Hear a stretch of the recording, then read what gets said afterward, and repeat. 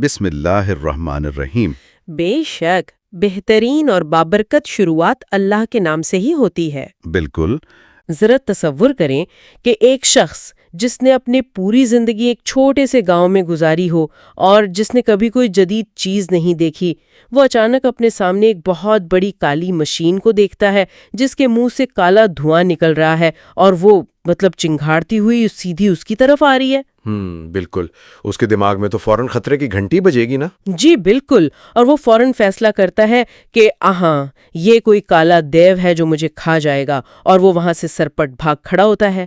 اب دیکھیں، ہمیں اس بات پر ہنسی تو آ سکتی ہے، لیکن اصل حقیقت یہ ہے کہ ہمارا دماغ آج بھی ہر روز بالکل اسی طرح کے دھوکے کھا رہا ہے۔ صحیح کہا آپ نے، یہ واقعی بہت گہری بات ہے۔ تو چلیں اس پر باقاعدہ بات شروع کرتے ہیں۔ بسم اللہ الرحمن الرحیم۔ تمام تعریفیں اس پروردگار کے لیے جس نے انسان کو عقل جیسی نعمت عطا کی اور شعور کی روشنی بخشی، اور درود و سلام ہو ان ہستیوں پر جنہوں نے ہمیں حق اور باطل کے درمیان فرق کرنا سکھایا۔ بے شک۔ تو طلبہ، میں پورے جوش و خروش سے اعلان کرتی ہوں کہ آج ہم علم المنطق کورس کے تحت شرح تحصیر المنطق کے تیسرے سبق کا ایک بڑا ہی گہرا مطالعہ کر رہے ہیں۔ اس سیشن کا عنوان ہے علم المنطق کی تعریف، موضوع اور غرض و غایت۔ اور آگے بڑھنے سے پہلے سب طلباء سے گزارش ہے کہ کورس کے تمام اسباق حاصل کرنے کے لیے چینل کو سبسکرائب ضرور کریں۔ چلیے سٹارٹ کرتے ہیں۔ جی، تو آج کے اس سیشن کا جو ہمارا بنیادی مقصد ہے، جو مشن ہے، وہ یہ سیکھنا ہے کہ درست سوچنے کا عمل دراصل ہے کیا، ہمیں منطق کی ضرورت کیوں پڑتی ہے، اور یہ کیسے ہمارے ذہن کو، یعنی ہماری سوچ کو غلطیوں سے بچاتی ہے۔ چلیں اس بات کی طے کھولتے ہیں۔ ہمارے ذرائع میں ایک اصطلاح استعمال ہوئی ہے، نظر و فکر۔ اب عام طور پر تو نظر کا مطلب دیکھنا ہوتا ہے اور فکر کا مطلب ٹینشن لینا ہوتا ہے نا، لیکن سلائیڈز کے مطابق یہ معلوم چیزوں کو اس طرح ترتیب دینے کا نام ہے کہ ہم کسی نامعلوم یعنی مجہول تک پہنچ جائیں۔ بالکل، یہ جو بات ہے نا، یہ سب سے زیادہ حیران کن ہے۔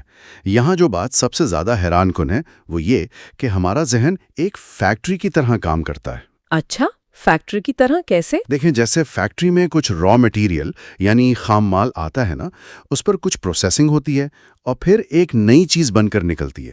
منطق میں جو خام مال ہمارے پاس پہلے سے ہے اسے معلوم کہتے ہیں، اور جو نئی چیز ہم جاننا چاہ رہے ہیں وہ مجہول ہے۔ مطلب معلوم سے مجہول کا سفر۔ اگر میں اس کی ایک روزمرہ کی مثال دوں، فرض کریں میرے پاس لکڑی کے کچھ تختے ہیں، کچھ کیلیں ہیں اور ایک ہتھوڑی ہے۔ یہ سب چیزیں میرے لیے معلوم ہے۔ جی بالکل۔ تو اگر میں ان کو بس ایک کمرے میں پھینک دوں تو کیا وہ خود بخود ایک میز بن جائیں گی؟ ظاہر ہے نہیں۔ مجھے ان معلوم چیزوں کو ایک خاص اور صحیح ترتیب دینی پڑے گی، تبھی وہ ایک میز بنے گی جو میرا مقصود ہے۔ کیا دماغ بھی ایسی کام کرتا ہے؟ 100% ایسا ہی ہے۔ جس طرح لکڑی سے میز بنتی ہے نا، ویسے ہی معلوم تصورات سے نامعلوم حقیقت تک پہنچا جاتا ہے۔ ہمارے مواد میں اس حوالے سے ایک بڑی زبردست گھوڑے والی مخصوص مثال موجود ہے۔ ہاں، وہ حیوان اور ساحل والی نا، ذرا وہ سمجھائیں طلباء کو۔ جی دیکھیں، ہمارے ذہن میں پہلے سے کچھ الگ الگ چیزیں موجود ہیں، مثلا حیوان یعنی کوئی بھی جانور، اور ایک مخصوص آواز جسے ساحل یعنی ہنہنانا کہتے ہیں۔ یہ دونوں ہمیں پہلے سے معلوم ہیں۔ صحیح، یہ دونوں معلوم ہو گئے۔ اب جب ذہن میں ان کی ایک ترتیب بنتی ہے کہ ایک ایسا حیوان جو ہنہناتا ہے، تو ہم ایک نئے مجہول تک پہنچتے ہیں جسے گھوڑا کہتے ہیں۔ یہ ہے فکر کا اصل عمل۔ واہ کیا بات ہے! لیکن ایک سوال میرے ذہن میں آ رہا ہے، یہ جو ہم دماغ میں جوڑ توڑ کرتے ہیں نا، اس کے نتائج کیا نکلتے ہیں؟ مطلب فیکٹری سے پروڈکٹ کیا نکلتی ہے؟ اس کے بنیادی طور پر 2 راستے ہیں۔ اگر تو ہم 2 یا زیادہ تصورات کو ملا رہے ہیں تو اس سے جو چیز بنتی ہے اسے منطق میں معرف یعنی تعریف کہتے ہیں۔ جیسے گھوڑے کی تعریف بنی۔ اور دوسرا راستہ؟ اور اگر 2 یا زیادہ تصدیقات یعنی حتمی دعووں کو ملائیں تو اس سے جو نتیجہ نکلتا ہے اسے دلیل یا حجت کہتے ہیں۔ زبردست۔ اچھا، اب منطقی ربط کو آگے بڑھاتے ہیں۔ پچھلے حصے میں ہم نے معلوم سے مجہول تک جانے کا طریقہ تو سمجھ لیا، لیکن اگر یہ ترتیب غلط ہو جائے تو کیا ہوتا ہے؟ میں واپس اس دیہاتی اور ریل گاڑی کی مثال پر جاؤں گی۔ جی وہ بڑی کلاسک مثال ہے۔ اس دیہاتی نے جب ریل گاڑی کا کالا رنگ اور اڑتا ہوا دھواں دیکھا تو اس نے اپنی طرف سے تو ایک فکری ترتیب بنائی نا، لیکن وہ ترتیب غلط تھی، جس کی وجہ سے اس نے اسے سیاہ فام دیو سمجھ لیا۔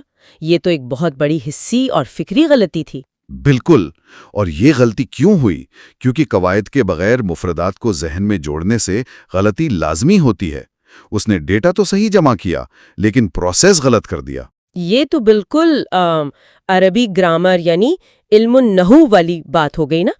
مطلب اگر کوئی شخص عربی قواعد نہیں جانتا تو وہ بسم اللہ کو غلط اعراب کے ساتھ، غلط زیر زبر کے ساتھ پڑھ سکتا ہے، نحوی غلطی کر سکتا ہے۔ جی بالکل۔ تو ویسے ہی فکری قواعد نہ جاننے کی وجہ سے ہمارا ذہن غلط مفروضے قائم کر لیتا ہے۔ صحیح بات ہے، اسی لیے ایک باقاعدہ علم کی ضرورت پڑتی ہے جو سوچ کو پٹری پر رکھے، اور یہی وہ مقام ہے جہاں علم المنطق کی انٹری ہوتی ہے۔ تو پھر یہاں طلباء کے لیے منطق کی باقاعدہ تعریف بیان کریں، وہ جو عربی والی تعریف تھی سلائیڈ میں۔ جی، منطق کی جو کلاسیکی تعریف ہے وہ کچھ یوں ہے: آلۃ قانونیۃ تعصیم مراعاتها الذہن عن الخطأ فی الفکر۔ الفاظ تو کافی بھاری ہیں، مطلب اگر میں اسے آسان کروں تو یہ وہ اصولی علم ہے جس کے قواعد کی رعایت کرنا ذہن کو سوچنے اور دلیل بنانے میں غلطی سے بچاتا ہے۔ بالکل ایسا ہی ہے۔ اگر میں ایک استعارہ یعنی اینالوجی استعمال کروں تو منطق بالکل ایک مضبوط ڈھال کی طرح ہے۔ جیسے ایک جنگ میں آپ کے پاس ڈھال ہو اور اس پر غلط فہمیوں اور غلط سوچ کے تیر لگ کر خود ہی گر جاتے ہیں۔ کیا خوبصورت تشبیہ دی ہے آپ نے! اور اگر ہم اسے مزید وسیع تناظر سے جوڑیں تو ہم علم طب یعنی میڈیکل سائنس اور علم المنطق کا بڑا دلچسپ موازنہ کر سکتے ہیں۔ اچھا، طب اور منطق کا موازنہ، وہ کیسے؟ دیکھیں نا، جیسے طب کا موضوع کیا ہے؟ انسانی جسم، اور اس کی غرض کیا ہے؟ اسے بیماریوں سے بچانا۔ بالکل ویسے ہی منطق کا موضوع انسانی ذہن ہے، اور اس کی غرض اسے فکری غلطیوں اور جھوٹے عقائد سے بچانا ہے۔ او واہ! یعنی طب جسم کو بچاتی ہے اور منطق دماغ کو بچاتی ہے۔ یہ تو بہت ہی اہم نکتہ ہے۔ مطلب منطق دراصل حق اور باطل اور حتیٰ کہ معجزہ اور جادو کے درمیان فرق کرنے کی سب سے بڑی عقلی کسوٹی ہے۔ جی بالکل، جو جادوگر فریب دیتا ہے، منطق وہ ترازو ہے جو ہمیں بتاتا ہے کہ اس دعوے میں کہاں تضاد ہے۔ صحیح۔ اچھا، اب جب غرض معلوم ہو گئی تو اب دیکھنا یہ ہے کہ یہ علم کام کس مواد پر کرتا ہے، مطلب منطق کا باقاعدہ موضوع کیا ہے؟ ہاں، اس کا موضوع بہت مخصوص ہے۔ عربی میں کہتے ہیں المعلومات التصوریہ والتصدیقیہ من حیث انہا توصل الی مجہول۔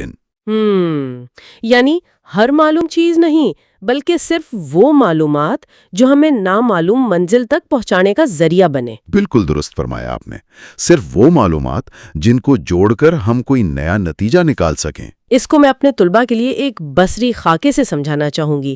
سمجھیں کہ یہ ایک پل ہے، ایک برج ہے، جس کا ایک کنارہ معلوم معلومات پر ہے اور دوسرا کنارہ مجہول پر ہے۔ صحیح۔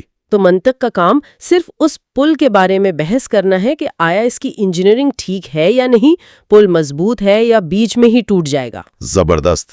یہ مثال ذہن میں بالکل نقش ہو جاتی ہے۔ تو اگر میں ایک چارٹ کی صورت میں 3 علوم کا خلاصہ کروں، علم النحو ہمیں الفاظ کی غلطی سے بچاتا ہے، علم الطب جسم کو بیماری سے بچاتا ہے، اور علم المنطق ہماری معلومات تصوریہ و تصدیقیہ کے ذریعے ذہن کو فکری غلطی سے بچاتا ہے۔ جی، یہی آج کی گفتگو کا نچوڑ ہے۔ اچھا، اب چونکہ تھیوری بہت ہو گئی ہے تو باری ہے طلباء کے امتحان کی۔ اس حصے کو تھوڑا انٹریکٹیو بناتے ہیں۔ میرا پہلا سوال آپ سے ہے تاکہ طلباء کا ذہن تازہ ہو جائے۔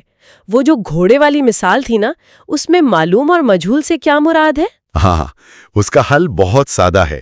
حیوان اور سوہل یعنی ہنہنانا وہ تصورات ہیں جو ہمیں معلوم ہیں، جن کو ہم جوڑتے ہیں وہ فکر ہے، اور ان کے ذریعے گھوڑے کی حقیقت جاننا ہمارا مجہول ہے جو ہمیں حاصل ہوتا ہے۔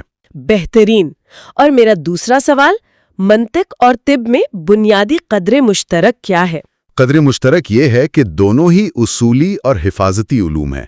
طب ہمیں جسمانی بیماریوں سے بچاتی ہے اور منطق ہمیں عقلی بیماریوں یعنی غلط فہمیوں اور مغالطوں سے بچاتی ہے۔ کیا بات ہے! تو طلبہ، اسی کے ساتھ ہمارا تیسرا سبق مکمل ہوا۔ آج کے اس سفر کی زبردست کامیابی پر مجھے تو بہت خوشی ہو رہی ہے۔ جی مجھے بھی، اور اختتام پر میں تمام دیکھنے والوں اور طلباء کے لیے ایک گہرا سوال چھوڑنا چاہوں گا۔ جی بالکل، فرمائیے۔ ذرا سوچئے، اگر منطق ہمیں عقلی بیماریوں سے بچاتی ہے تو آج ہمارے معاشرے میں پھیلنے والے کتنے ہی جھوٹے عقائد اور سوشل میڈیا کی افواہیں صرف اس وجہ سے ہیں کہ ہم نے اپنی روزمرہ زندگی سے اصولی فکر کو نکال دیا ہے۔ بہت ہی کڑوا سچ ہے۔ کیا ہم واٹس ایپ پر ہر خبر کو قبول کرتے وقت اپنی اس عقلی ڈھال کا استعمال کر رہے ہیں، یا ہم بھی اس دیہاتی کی طرح ٹرین کو کالا دیو سمجھ رہے ہیں؟ اس پر ضرور غور کیجیے گا۔ بہت ہی زبردست اور غور طلب بات ہے۔ تو ناظرین، علم المنطق کے مزید اسباق اور شروعات کے لیے ہمارے ساتھ جڑے رہیں۔ مزید اسباق کے لیے ہمارا یوٹیوب چینل سبسکرائب کریں اور بیل آئیکن کو ضرور دبائیں۔ دعاؤں کی طالب ہوں۔ اللہ حافظ۔ اللہ حافظ۔